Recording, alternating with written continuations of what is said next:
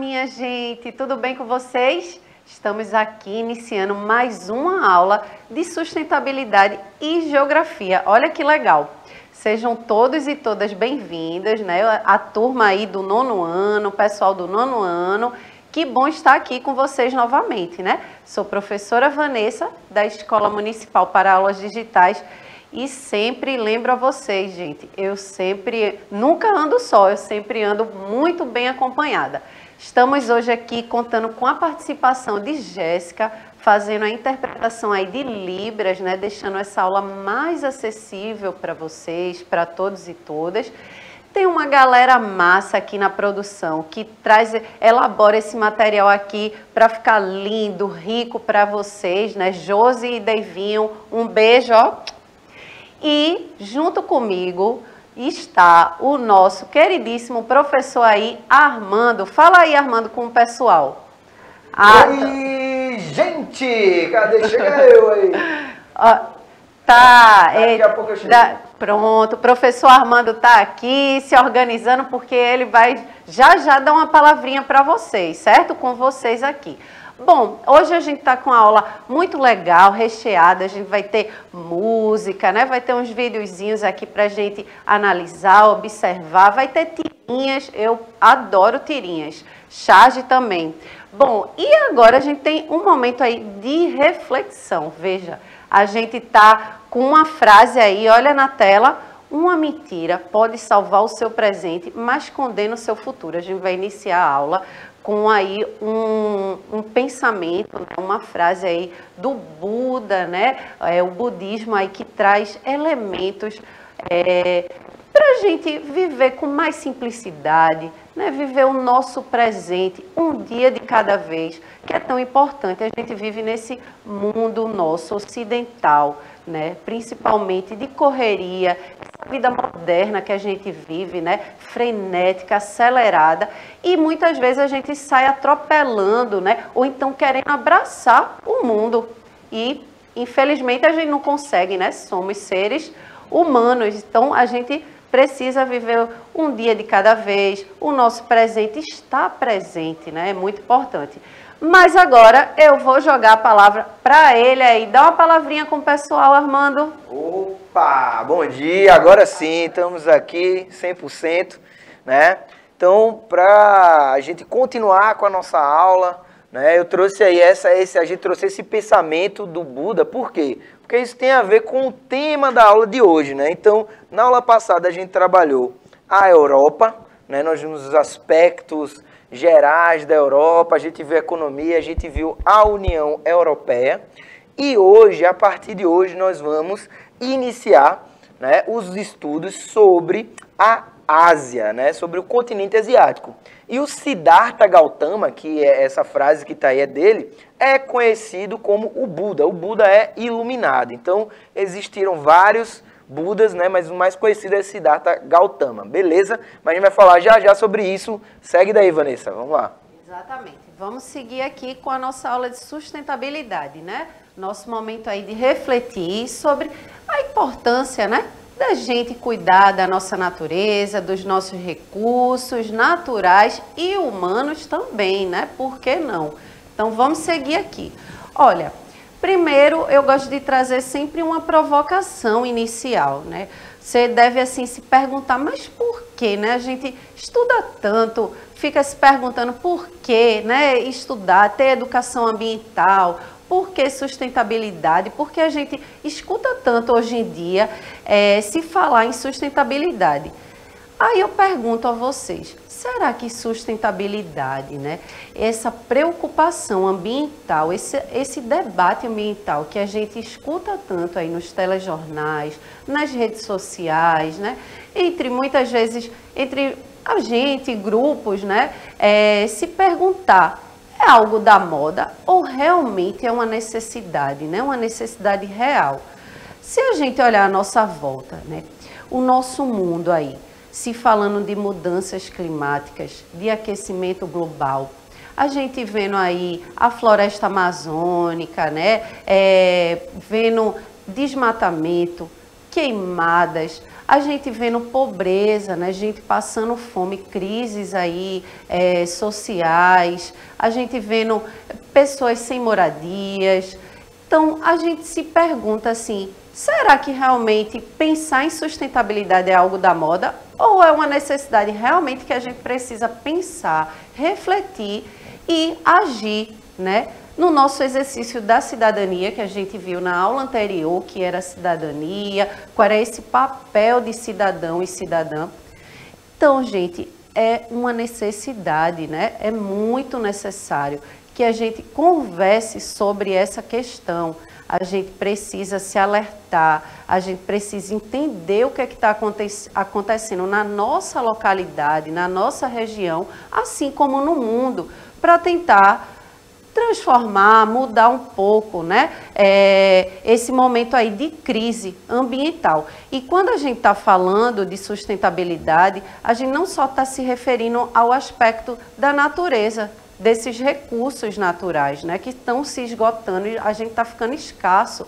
A gente está ficando escasso não só dos recursos, mas também do humano, né, dos recursos humanos ali. A gente vivendo em pleno século XXI, na nossa realidade mesmo brasileira, um Brasil tão rico de natureza, né, o clima favorece, a vegetação favorece e a gente vê a gente passando fome, né?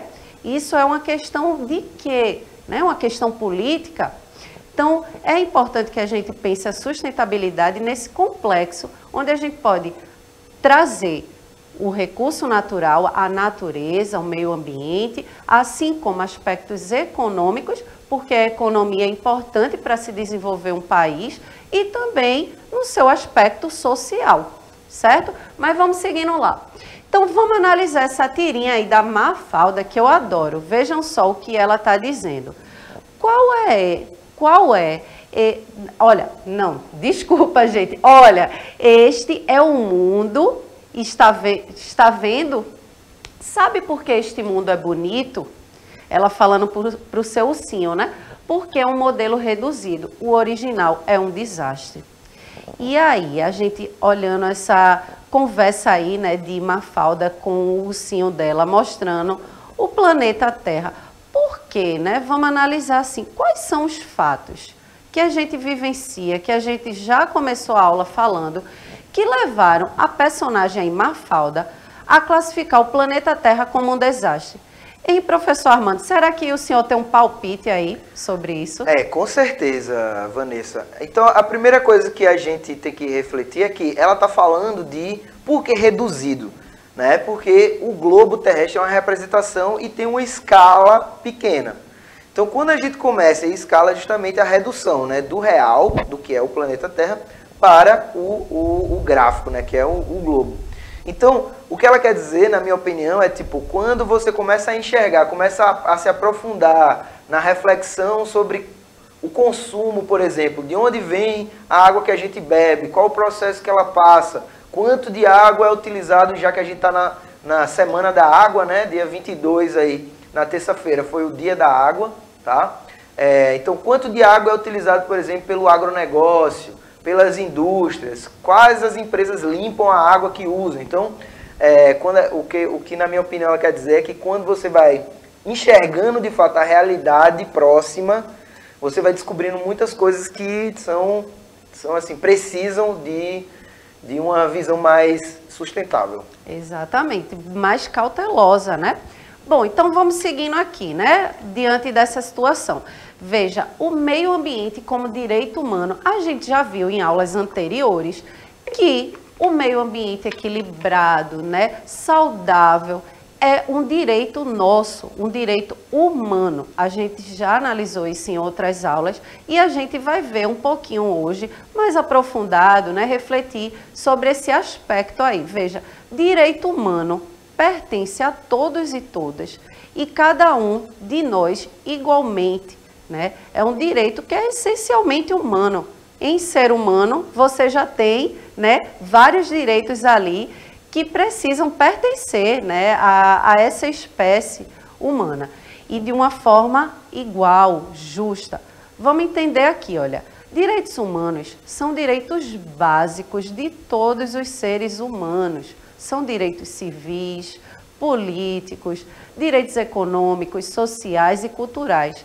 E aí vejam na tela, vejam, independente de sexo, de etnia, que vocês também já viram aí, etnia na aula de geografia, em aulas anteriores, de raça, de idioma, de nacionalidade e de religião. Então, é um direito básico, repetindo, de todos os seres humanos, independente desses conjuntos aí, dessas situações de sexo, etnia, idioma, nacionalidade, religiosidade, tudo isso é preciso ser respeitado, certo? Então, vamos lá. E meio ambiente, né? Por que o meio ambiente é um direito humano? Ter um ambiente equilibrado, saudável, harmonioso, né? De qualidade. É um direito da gente enquanto ser humano. Veja, conceituando o meio ambiente, é um conjunto de elementos físicos, químicos, biológicos e sociais que podem causar efeitos diretos ou indiretos sobre os seres vivos e as atividades humanas. Ok? Então, é tudo que pertence, né? Esse ambiente, esse complexo que a gente vive, né? É um ambiente muito complexo, porque abriga, né? Pertence a toda essa vida que existe dentro dele. Não só a natureza, os animais, a vegetação, mas a gente também, dentro desse grande ambiente, que é o meio ambiente, certo? Mas vamos lá. Olha aí, analisando esse vídeo, esses dois vídeos aí.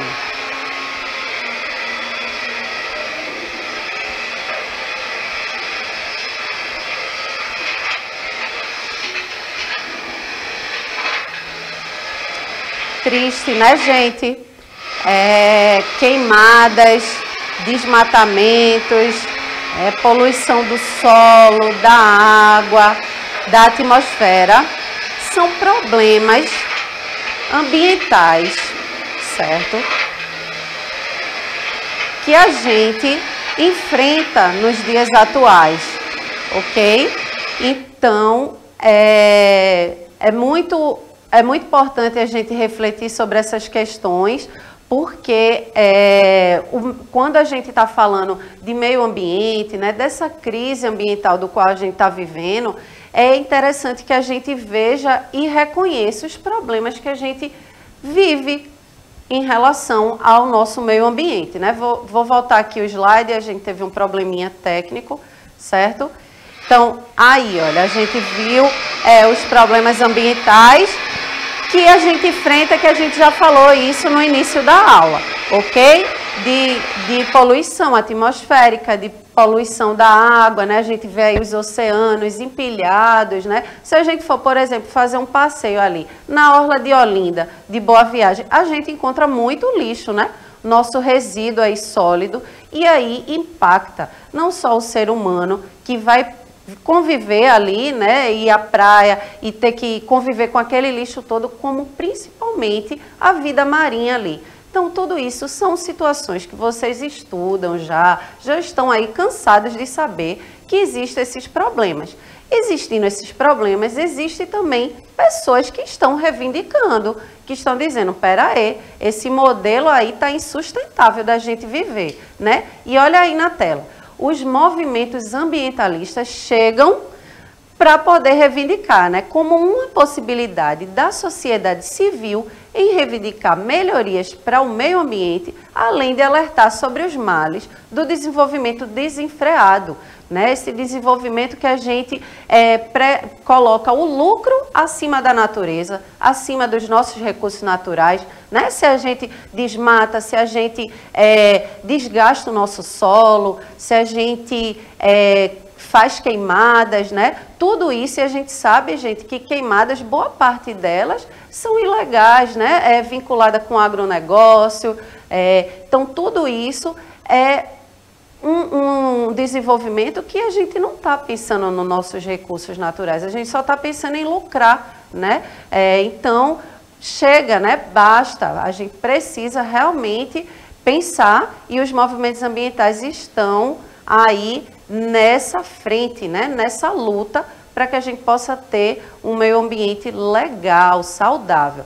Bom, um dos movimentos aí ambientais que foi muito importante foi o movimento hippie, né, que começou lá na década de 60, 70, e olha aí como vocês estão vendo na tela. Adotavam um estilo de vida comunitário em comunhão com a natureza e as questões ambientais.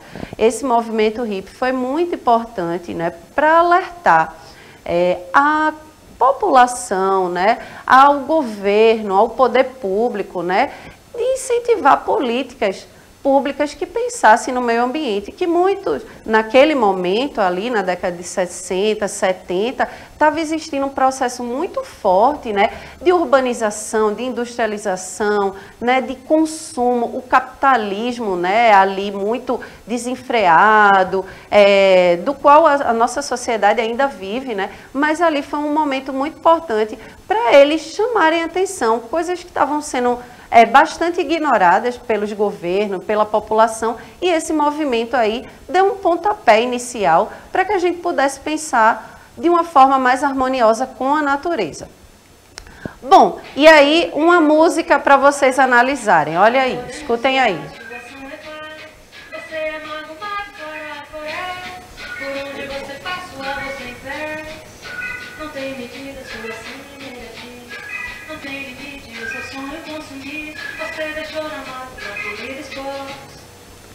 Pois é, gente, a gente escutou aí, né, um recado muito interessante de uma música aí que fala, né, que para bom entendedor meia palavra basta. Então a gente nem precisa dizer, né, que a gente está destruindo as florestas, desmatando, poluindo os rios, mares, e aí fica essa reflexão, né, um convite a vocês refletirem aí com seus colegas, com seus professores.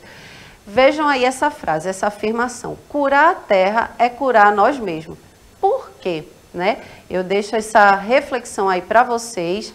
E aí a gente vai chegar no nosso momento da geografia. Vem aqui, Armando. Beleza, vamos lá. Ó, para começar, como eu falei para vocês, a gente vai falar sobre o continente asiático, né? Então, na aula passada, né, nas últimas aulas, a gente tratou de Europa. E aí o que é que acontece? Vocês lembram que a Europa era meio que uma continuidade do continente, né? A Ásia era meio que uma continuidade, a Europa a gente falou de Eurásia, né? Por quê? Porque é a mesma massa de terra, né? O mesmo espaço.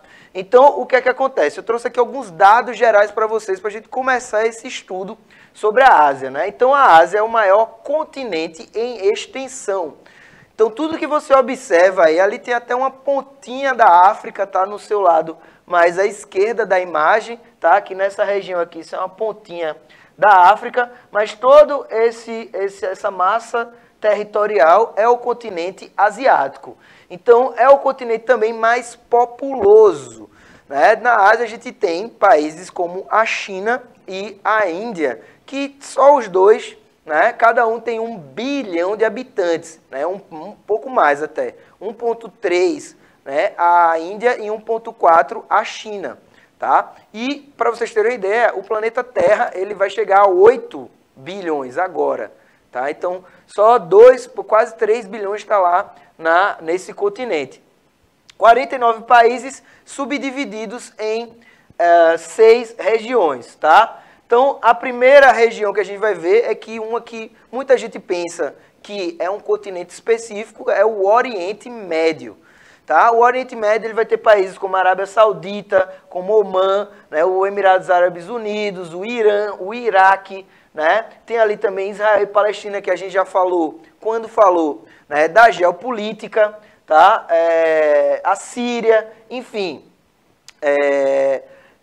Esse Oriente Médio ele vai ser o quê? Ele vai ser o berço, um grande berço cultural. Por quê? Quando a gente estuda história, né, a gente estuda a Mesopotâmia, por exemplo, os persas, é essa região aí. Então, historicamente, é uma região bastante relevante, tá? O clima dessa região é árido e semiárido, tá? E a gente tem uma forte influência atualmente da cultura ocidental, né? Então, há um conflito cultural também, né, entre as religiões ali que são de matriz, né, islâmica, lembrando que o povo árabe, como eu já falei para vocês aqui, é uma etnia, tá? Nem todo árabe ele é islâmico, tá? E o islamismo é uma religião, né? É uma matriz cultural. Beleza?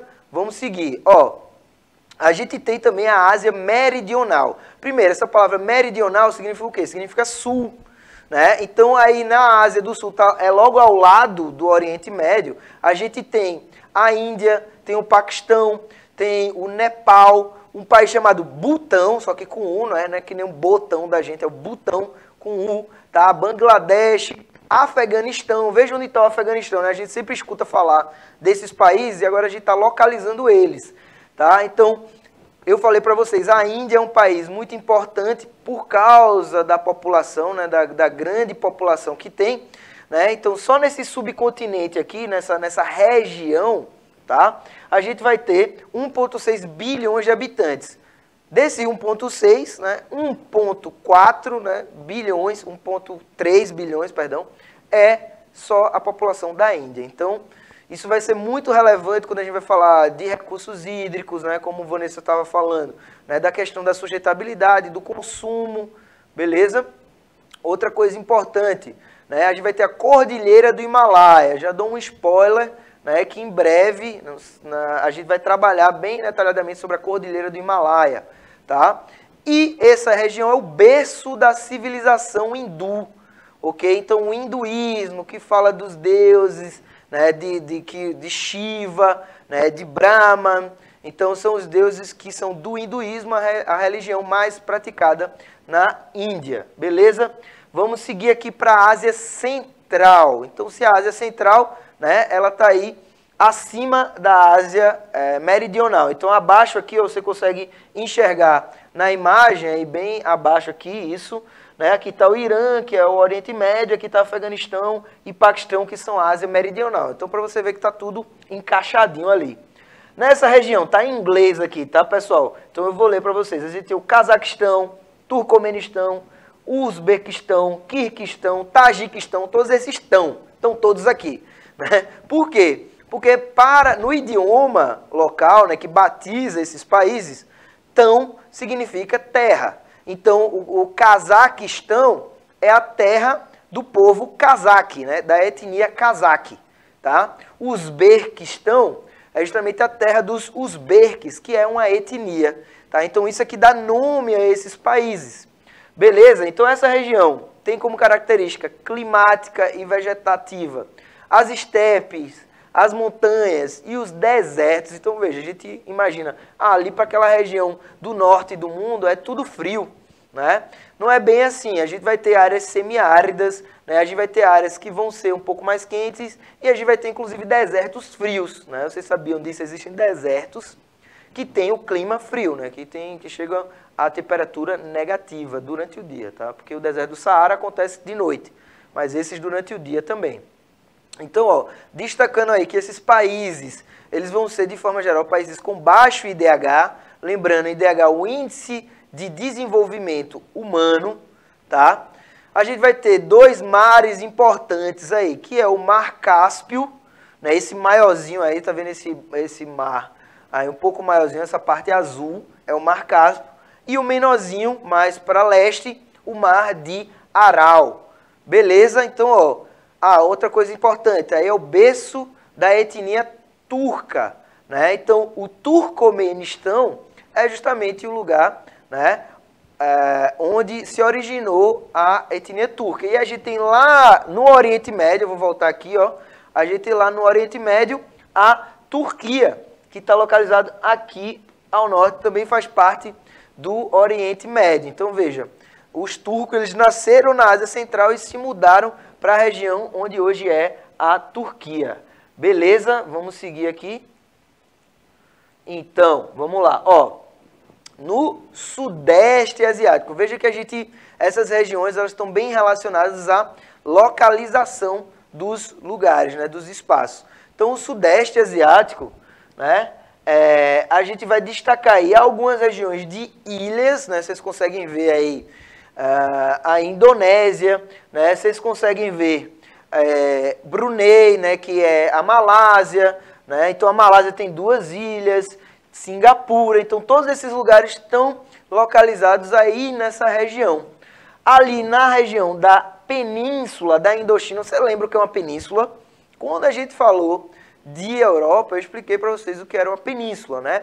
Então, nessa região, a gente tem a península da Indochina, que está aqui, ó, a península da Indochina, que é onde está o Vietnã, né? É onde está o Camboja, Laos, tá? Então, essa região aí é uma região, por exemplo, se você olhar um tênis, um casaco, uma bolsa sua, vai estar aí, Made in Vietnã, né? Então, o Vietnã é justamente essa região aí, Made in Tailândia. Então, essa área é uma área muito utilizada para a produção de industrializados. Uma coisa importante dessa região é a atividade sísmica, né? Um dos grandes tsunamis que a gente teve, tá? Aconteceu nessa região aí, né? E no futuro a gente vai detalhar um pouco mais, né, sobre essa atividade sísmica. Sísmica tem a ver com terremotos, né? É uma consequência da atividade sísmica, dos abalos sísmicos vão ser os tremores de terra, né? Às vezes vulcanismo também. E tsunamis, como eu falei para vocês, beleza? Extremo Oriente, né? O Extremo Oriente vai ser principalmente a China, tá? O Japão, né? E uma base civilizatória. Então, essa cultura que a gente consome hoje em dia, do K-pop, por exemplo, né? Essa cultura do mangá, do anime, aquele idioma, né? Aquela escrita dos povos coreanos, japoneses, chineses, tá? É uma escrita que também, tem... né? A culinária também, chinesa, japonesa. Mas o que eu tá dizendo é que a civilização cínica, tá? É que tem essa base cultural dessa região, tá? A culinária é também um fator cultural, mas relacionado à civilização cínica, a gente tem o idioma, a gente tem também o alfabeto, tá? E essa também é uma área de instabilidades tectônicas, né? Destacando o Japão. Tá? O Japão ele vai estar em cima de 5 placas tectônicas. A Ásia setentrional aí vai ser a região da Sibéria, né? Que é a região leste da Rússia. Né? Então, a Ásia setentrional vai ser somente Rússia. Beleza? Então, eu trouxe aqui algumas imagens para vocês, tá? Aí a gente tem o Monte Fuji, que é um vulcão, né, para falar sobre atividade sísmica. A gente tem as estepes na Mongólia, né, com destaque aí para essa construção popular, que é a Iurta. A gente tem o Nepal, que é uma área onde mais de 80% do país é montanha. O rio Ganges na Índia, o famoso rio Ganges. Né? A gente tem na Indonésia um templo budista aí à esquerda de Borobudur. Tá? E a Sibéria, que é uma área que está na região polar e está congelada, né? É uma área que está congelada.